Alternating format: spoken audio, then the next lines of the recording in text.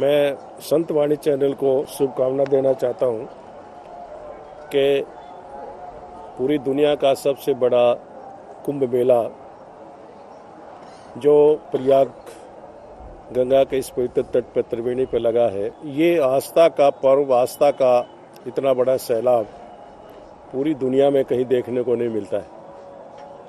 और आप इसको कवर कर रहे हैं। जो लोग नहीं आ पाए हैं उन तक पहुंचाने की आपकी मंशा है, इसके लिए भी आपको साधुवाद देना चाहता हूं। सनातन धर्म का ये सबसे बड़ा पर्व संत समाज के लिए भी ये एक गौरव का विषय है कि पूरी दुनिया का संत समाज, सनातनी संत महात्मा गंगा के इस पवित्र तट पर त्रिवेणी पे आकर के लोगों के प्रति, लोगों के मन में आस्था का प्रवाह यहाँ दे रहे हैं, डाल रहे हैं। ये मेरा चौथा कुंभ का मेला है। 89 में पहला किया था, फिर 2001 और 13-25 में। इन तीनों कुंभ से ये चौथा कुंभ जो हम कर रहे हैं ये अलग ही है। अलग इसलिए भी है कि जो संत समाज में एक रुचि है इसको लेकर के कि हम पूरी सनातन पद्धति को आने वाली पीढ़ी के लिए कुछ अच्छा संदेश भी दे के यहाँ से जाए, ऐसी भावना उन्होंने अपने प्रवचनों के माध्यम से दी है। और ये एकता का भी प्रतीक ये कुंभ बना है। इतने हिंदुस्तान के सनातनी हिंदू धर्मी लोग इतनी तादाद में एक जगह इकट्ठे हुए हैं, ये तो एक एकता का भी प्रतीक है।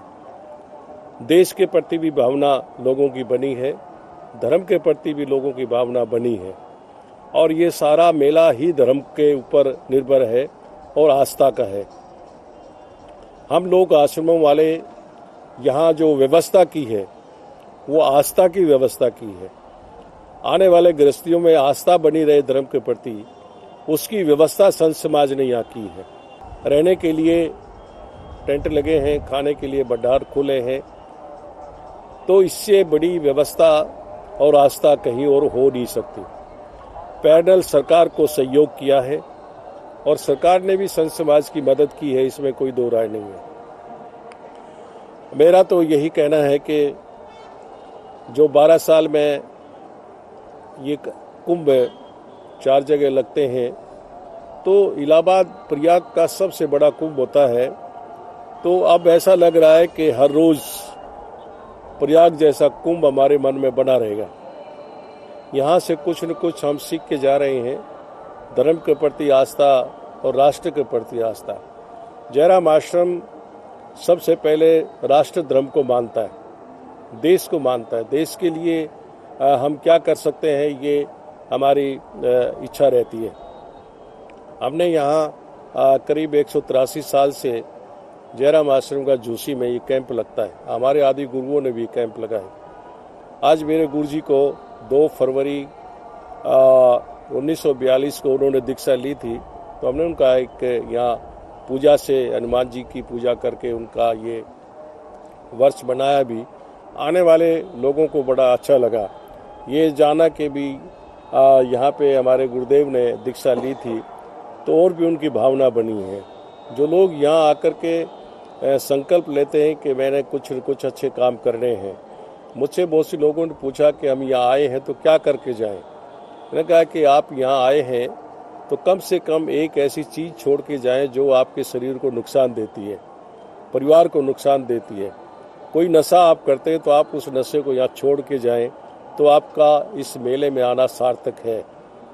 मेले से कुछ न कुछ ऐसे तीर्थ से आपको लेके जाना चाहिए, कुछ सीख लेके जाना चाहिए। तो बहुत से लोगों ने ये संकल्प लिया है कि आज से हम नशा नहीं करेंगे, आज से कोई ऐसा व्यसन नहीं लेंगे जिससे परिवार में बच्चों को, पत्नी को दिक्कत होती हो। तो यहाँ हम लोग गंगा स्नान करते हैं।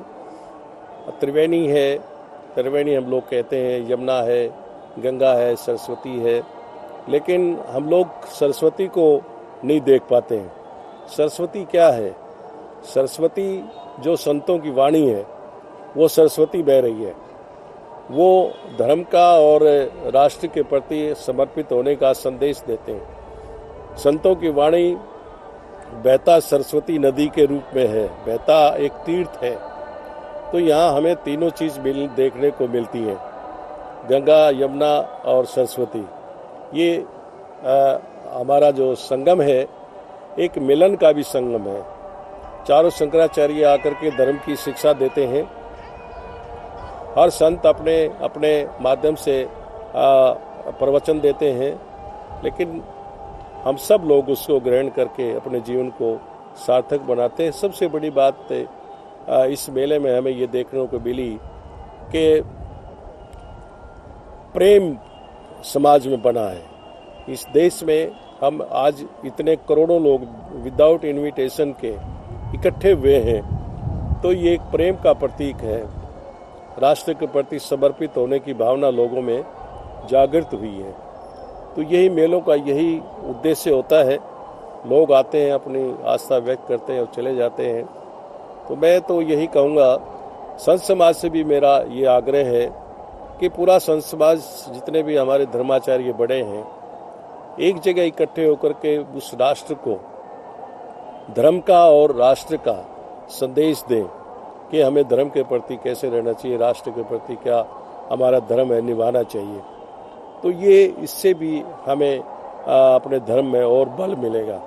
संत समाज एकजुट होने का एक रास्ता भी खुलेगा। तो मैं सभी तीर्थ यात्रियों को और पूरे संत समाज के श्री चरणों में प्रणाम करता हूँ कि यहाँ आपके सामने सम्मुख बैठ करके हमें कुछ सीखने को मिला है। मेरी शुभकामनाएं हैं आप सभी के लिए। देखिए, मूल रूप से एक ही सत्ता है और वो सत्ता है ऊपर वाले की, भगवान की। आप गंगा में स्नान करने के लिए किसी धर्म के भी हो, गंगा ये नहीं पूछती आप किस धर्म से हो। गंगा हम सब के लिए एक है। गंगा हमारी माँ है, मुक्तिदायिनी है। तो यहाँ सबसे बड़ी सत्ता जो है वो ऊपर वाले की ही है, हम उसी को मानते हैं। आप हमारे संत वाणी चैनल को सब्सक्राइब करें, वीडियो को लाइक करें, शेयर करें।